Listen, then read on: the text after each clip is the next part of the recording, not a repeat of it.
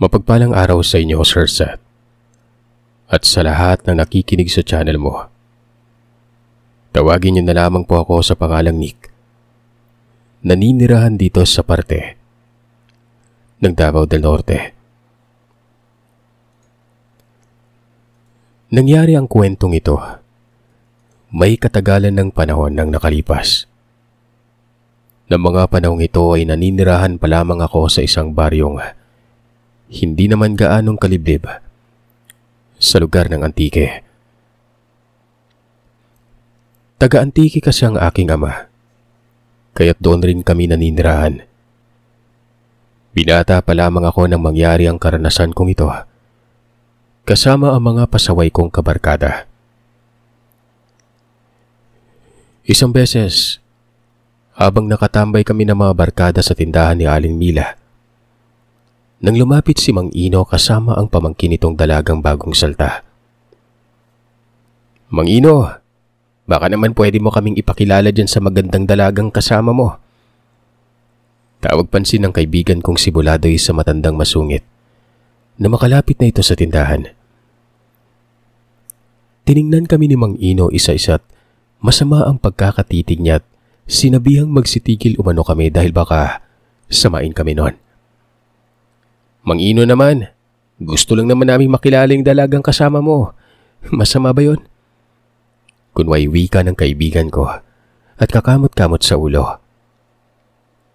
"Magsitigil kayo mga walang hiya kayo ah.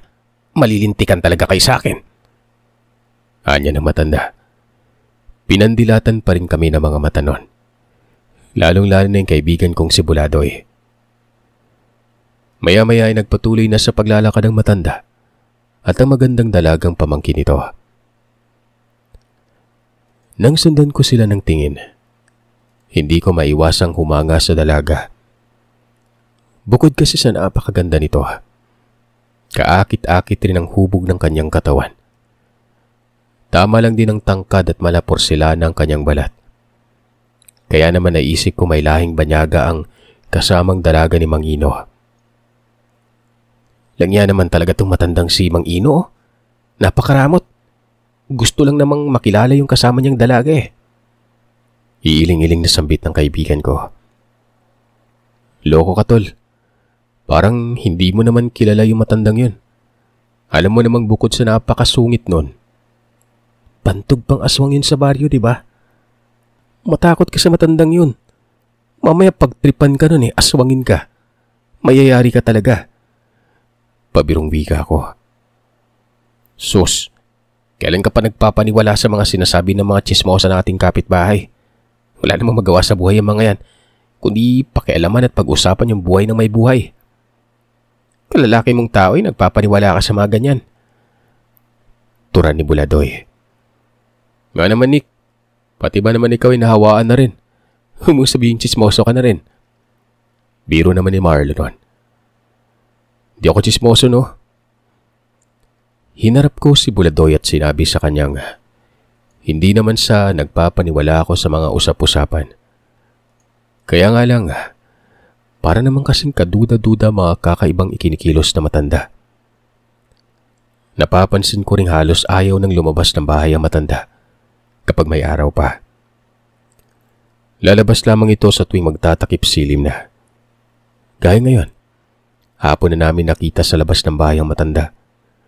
At isa pa, palaging si Manang Berta lamang ang nakikita naming lumalabas ng bahay tuwing may araw para maglako ng kakanin, ulam at kung ano-anong paninda sa ibang baryo. Kung sa baryo kasi namin ito maglalako, walang bibili dahil nga sa pagiging bantog na aswang ng asawa nito. Kumbaga natatakot ang mga ito na mahawaan. Nang sabihin ko ang lahat ng yan sa kaibigan ko, binatukan pa ako kung ano-ano daw ang mga pumapasok sa isipan ko. Huwag daw akong nagpapaniwala sa sabi-sabi ng ibang tao. Iginiit ko naman sa kanyang hindi malabong magkatotoo ang usap-usapan ng mga kapitbahay. Isa pa, minsan nang may nakakita kay Mang Ino na naglalakad sa 10 oras ng gabi at may bahid na dugo ang kamay at damit nito. Kahit yun na lamang ang pagbabasihan kung talagang hindi sila naniniwala nun. Bahala ka. Basta ako, hanggat hindi napapatunayan na aswang ang matandang yun hindi ako naniniwala. Puwera na lang kung sariling mga mata ko ang makakitang nagpalit ng anyo yung matanda. Doon pa lang ako maniniwala. Sambit ng kaibigan ko. Napapailing na lamang ako. Kahit kailan talaga ay hindi naniniwala sa mga kababalagan si Buladoy. Sa paglipas nga ng mga araw, sinabihan kami ni Buladoy na gusto niyang ligawan ng pamangkin ni Mang Ino. Mukhang tinamaan umano talaga siya ng pana ni Cupido nung una niyang makita ang dalaga. Wala na siyang pakialam kung ano man ang sasabihin ng iba tungkol sa gagawin niya. Ang mahalaga lamang sa kanya ay sinusunod niya ang bulong ng damdamin at itinitibok umano ng puso niya. Napakadrama ng kaibigan ko. Kung makapagsalita, akala mo, hindi babaero. Sigurado ka bang manliligaw ka? Sa dalagang yun talaga. Hindi mo nga siya kilala Alam mo ba yung pangalan niya? Tanong ko. Hindi. Oh, hindi mo naman pala alam yung pangalan niya Tapos gusto mo na agad siyang ligawan. Binibiro mo lang ba kami? Ano bang kalokohan niyang pumasok sa kokote mo Wala. Mukha ba akong nagbibiro sa sinasabi kong liligawan ko yon? Tsaka, hindi to kalokohan mga tol. Totoo talaga yung sinasabi ko. Seryoso ako. Ang amin lang Buladoy. Alam mo namang unang tingin ko pa lang dun sa dalaga, hindi na maganda yung kutob ko. Sige na mga tol. Huwag na kayong kumontra. Samahan niyo na akong umakyat ng ligaw dun sa dalaga. Tinamaan talaga ako ng dalagang yun Pwede naman pagsabayin ko lahat, di ba? Liligawan ko siya habang kinikilala yung katauhan niya. Kinikilala mo nek-nek mo. Ang sabihin mo, umandar na naman yung pagiging babaero mo. Aba, halos hindi ka na nagpapahinga sa pambababae Di ba kakahiwalay niyo lang nung Lucy nung nakarang araw? Tapos ngayon, tinamaan ka naman dun sa pamangkin ni Manong Ino. Pambihira. Ipahinga mo naman yung ano mo, oy. Grabe ka naman makapagsalita sa akin. Ano magagawa ko Sayon talaga nararamdaman ko Sige na, samahan niyo na ako. Oo na. Sasamahan ka na namin. Tumigil ka lang dyan sa kakulitan mo. Baka hindi kami makates pagtulungan ka namin bumbagin dyan Sabat ng isa pa naming kaibigan na si William. Bakas sa mukha ni Buladoy ang kasiyahan ng pumayag na kaming samahan ito. Todo-todo pang pasasalamat niya't sinabihan kaming hinding-hindi raw kami magsisisi sa desisyong samahan siyang umakyat ng ligaw. Pinayuhan ko siyang ayos-ayusin niya lang ang mga ginagawa niya. Dahil sa oras na may matuklasan kaming hindi maganda doon sa dalagang liligawan niya. Ora mismo, iiwanan namin siya doon sa bahay ng dalaga. Kahit magalit pa siya. Sunod-sunod na tumango si Buladoy sa amin at taas na upang nagwikang hindi totoo ang mga nasagap naming usap-usapan sa baryo. Kinagabihan nga'y nagulat ako nang biglang sumulpot sa bahay namin ang mga kaibigan ko. Nang tanungin ko sila kung bakit sila pumunta sa bahay. Malaki ang pagkakangisi ni Buladoy na nagsabing pupunta na raw kami sa bahay ng dalaga. Ano? Ngayon na ba yung usapan natin? Sa pagkakaalala ko, sa susunod na araw pa tayo pupunta, di ba? Sana. Kaso nga lang itong si Buladoy, ewan ko. Parang bulating pinutulan ng buntot. Hindi mapalagay, kanina pa ako binakbalik-balikan sa bahay At gusto ngayon na raw pupunta. Baka maunahan pa raw siya ng iba. Medyo naiinis pang paliwanag ni William. Sumigunda naman si Marlo at sinabi niyang kahit siya nga ay nagulat nang biglang sumulpot ang dalawa sa bahay niya. Hindi pa man niya naitanong kung ano ang sadya. Sinabi na kagad sa kanya ni Buladoy na manliligaw nga ito. Narinig umano yun ng kanyang ina, kaya tinanong siya kung sino ang liligawan ng kaibigan. Nung banggitin niya ang pangalan ni Mang Ino at ang pamangkin nitong dalaga, kamuntikan pa umano siyang hindi payagan dahil, yun nga, kilalang bantog na aswang araw sa baryo ang matandang yon. Tapos ang lakas pa ng loob na pupunta sa bahay nito. Mabuti na lamang talaga at napapayag niya ang katagalan ng kanyang ina pero syempre, sinabon muna siya ng sinabon at kung ano-ano ang mga sinasabi. Ito kasing si Buladoy, kung makapagsalitang lakas ng boses eh. Ayun tuloy, nalaman ni mama kung saan yung punta natin. Hindi ko na sana sasabihin yung totoong pupuntahan eh.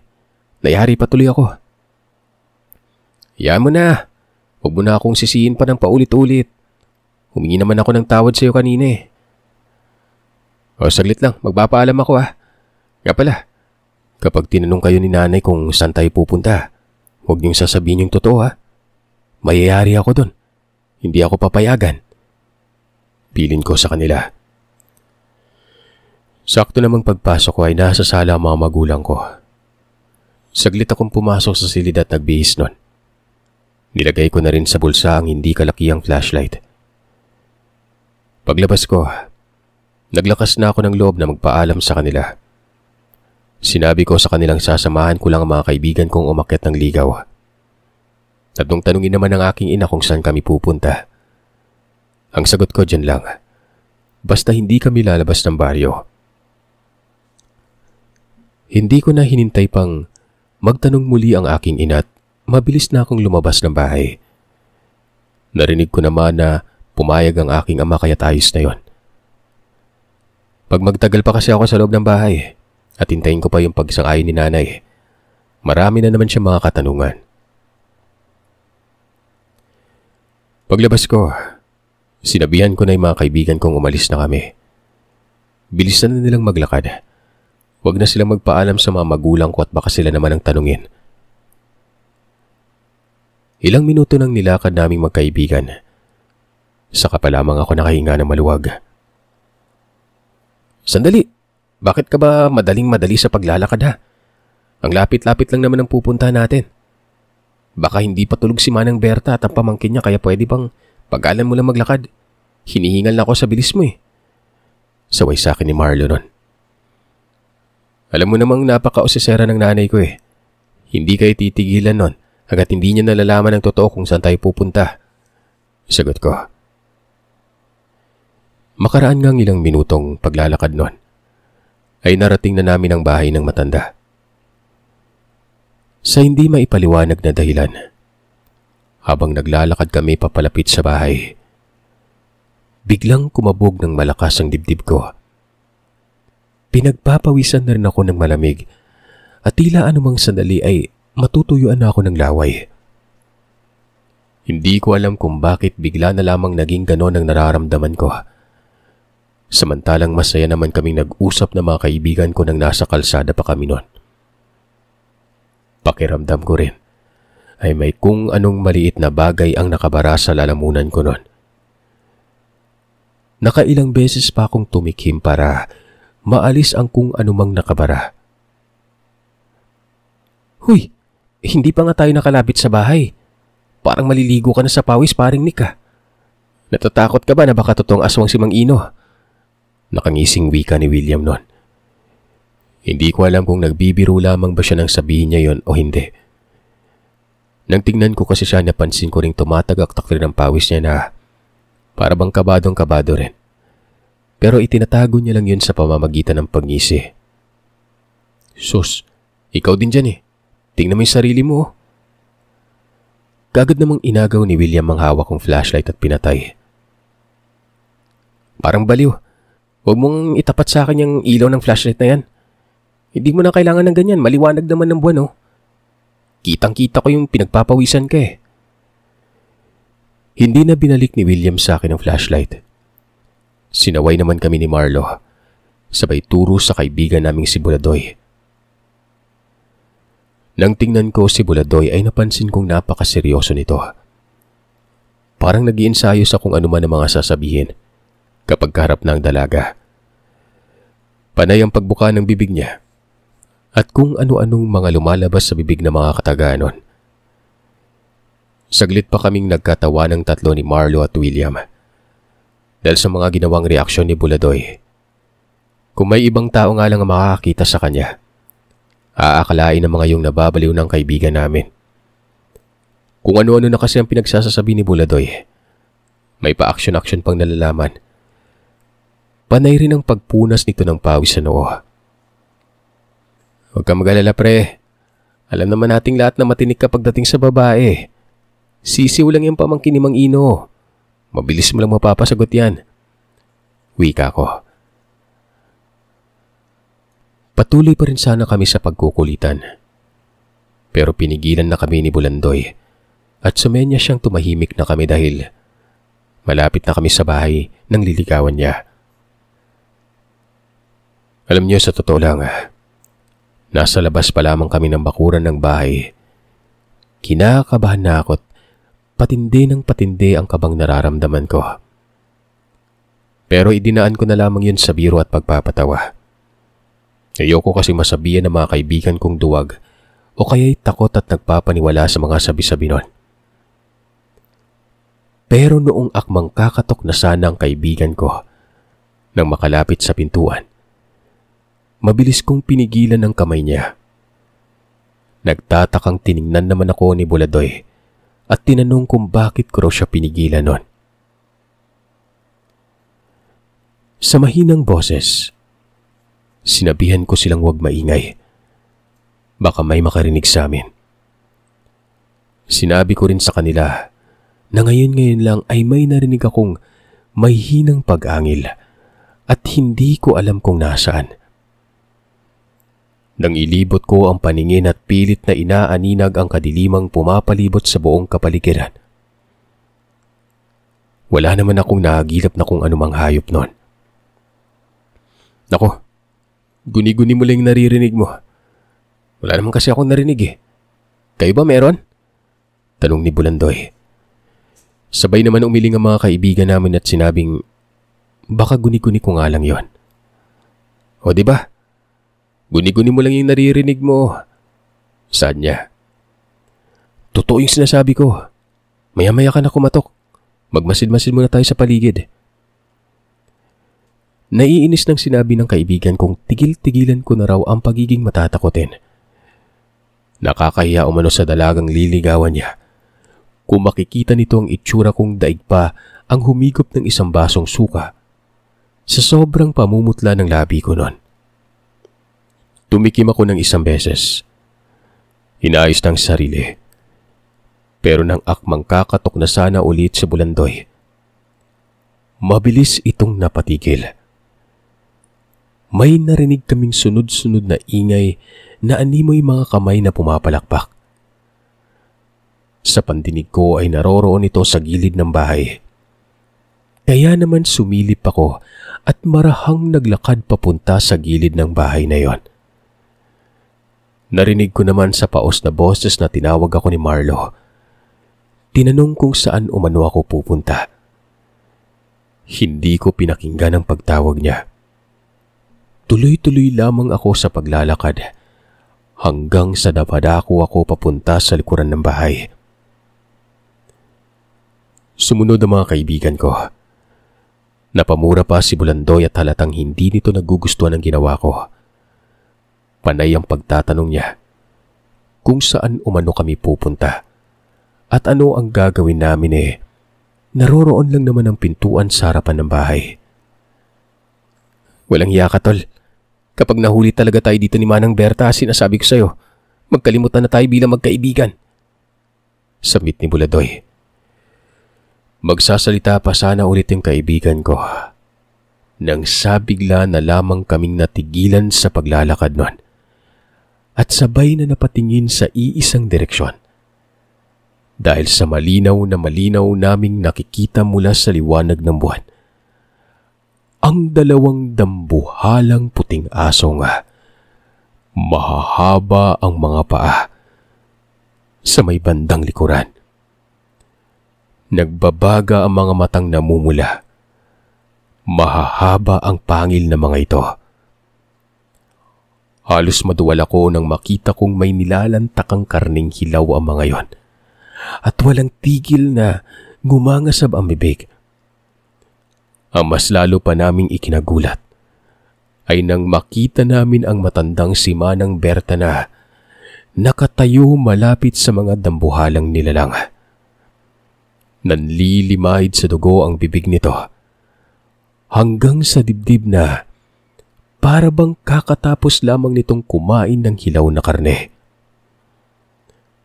Nang tingnan ko naman ang kamay niya, mas lalong nanlaki ang mga mata ko.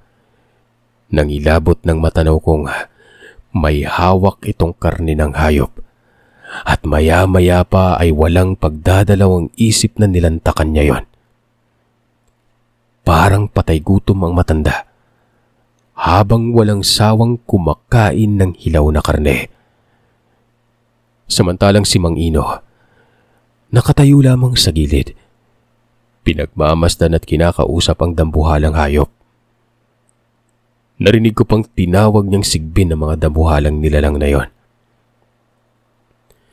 Nang muli kong sipatin si Manang Berta, halos hindi ko na makilala ang itsura niya. Kung gaano kalinis at kaayos kong manamit si Manang Berta tuwing nakikita ko siyang naglalako ng pagkain, kabaliktaran yon nang makita ko siya ng mga sandaling yon.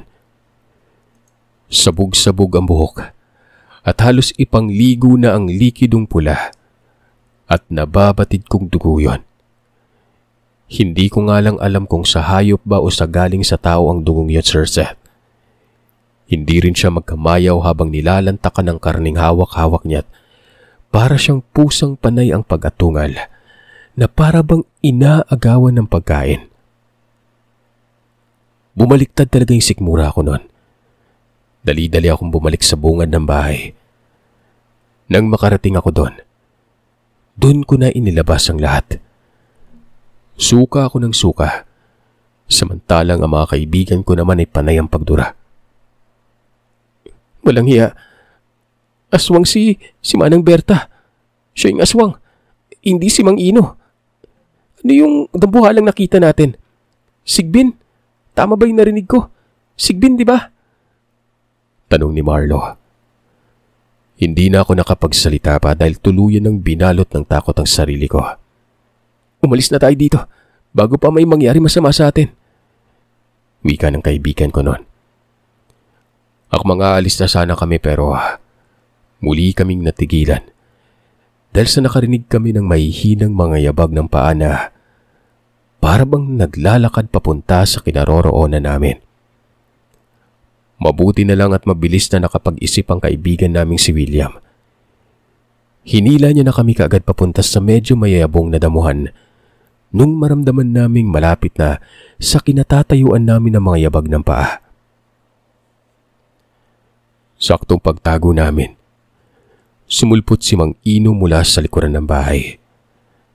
May hawak itong itak. Nakaangat pa yun na aakalain mong may tatagain siyang tao. Sumunod naman sa kanya si Manang Berta sa nakakatakot na wangis ng pagiging aswang. Sumisingap-singap pa ito sa kawalan na para bang may naaamoy na kakaiba. Maya-maya pa, humarap si Manang Berta sa gawi kung saan kami nagtago at marahang naglakad habang patuloy sa pagsingot nun. Lahat kami, napatakip ng bibig at pigil sa paghingat nagdarasal na sana'y hindi kami makita na mag-asawa. Naisip ko kasing oras na makita kami nun. Baka matulad kami doon sa mga bangkay ng hayop na nakahilera sa harapan ng dalawang dambuhalang sigbin at ipapakain dito. Ang buong akala ko ay katapusan na namin. Dahil ilang di pa na lamang at makakalapit na sa pinagkukublihan namin ng matanda. Buti na lang, tinawag ito ni Mang Ino at sinabihang bumalik na sila sa may likuran. Parang nag-aalangan pang sumunod si Manang Berta pero nung muli siyang tawagin ni Mang Ino, sumunod ito agad na parang paslit nun. Panay pang paglingon ng aswang sa gawin namin habang naglalakad palayo. Noon ngang tuluyan na silang umikot papunta sa likuran. Hindi na kami nagpatumpik-tumpik pat nagmadali na nga kaming umalis sa bahay.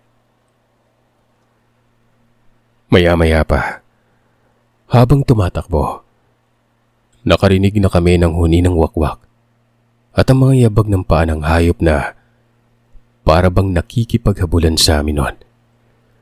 Malalakas na halinghing at pag-ungol ng hayop na parang hinahabol kami. Nagsisisigaw na ako at humihingi ng tulong dahil sa pakiramdam ko, anumang sandali ay maaabutan na kami ng nilalang. Nagpapaunahan kami ng takbo nun. Natigil na lamang ang paghuni ng wakwak nang makarating na kami sa mga kabayan. Nung may nakita kaming nakatambay sa labas ng bahay, agaran na naming sinabi sa kanila ang tungkol sa mag-asawang Mang Ino at Manang Berta. Sinabi rin naming hindi si Mang Ino ang aswang, kundi ang asawa nitong si Manang Berta. At ang mas nakakatakot pa ay ang mga alaga nilang sigbin. Hindi magandang biro yung mga sinasabi ninyo, ha? Alam naman nating bantog na aswang si Mang Ino, pero walang nakakapagpatunay.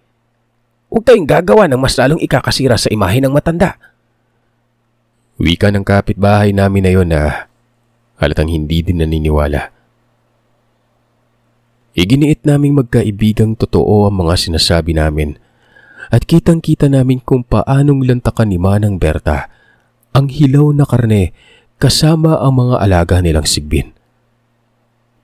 Nang gabing yun nga, napagpasyahan ng mga kalalakihang suguri ng bahay na mag-asawa para alamin kung tama nga ang mga sinasabi namin.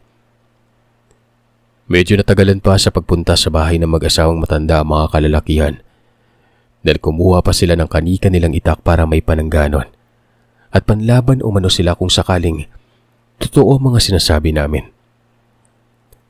Matapos maihanda ang gamit ay sumugod na mga ito. Sumama din kami syempre. Pero noong makarating na kami sa bahay nila, wala kaming naabutan. Ultimong ang mga sigbin na alaga nila ay wala na rin sa likuran ng bahay. May mga nakuha silang ebidensya.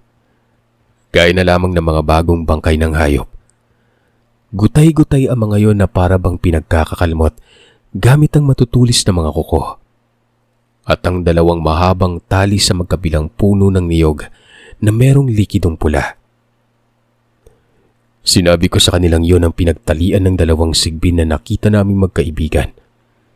Hinding-hindi kami pwedeng magkamali dahil kitang-kita talaga namin yon. Naniwala naman ng mga kapitbahay namin. At ayon kay Mang Vicente, baka umano na tunugan ng mag-asawa na pupunta kami doon sa lugar. Yung sigbin na sinasabi namin kung totoo mang kulay puti yun. Ibig lamang umanong sabihin, mabubuting sigbin. Na para bang ibig sabihin nun, mabait na aswang si Manang Berta. Hindi umano kayang alagaan ng masamang aswang ang puting sigbin. Magkasalungat ang mga ito.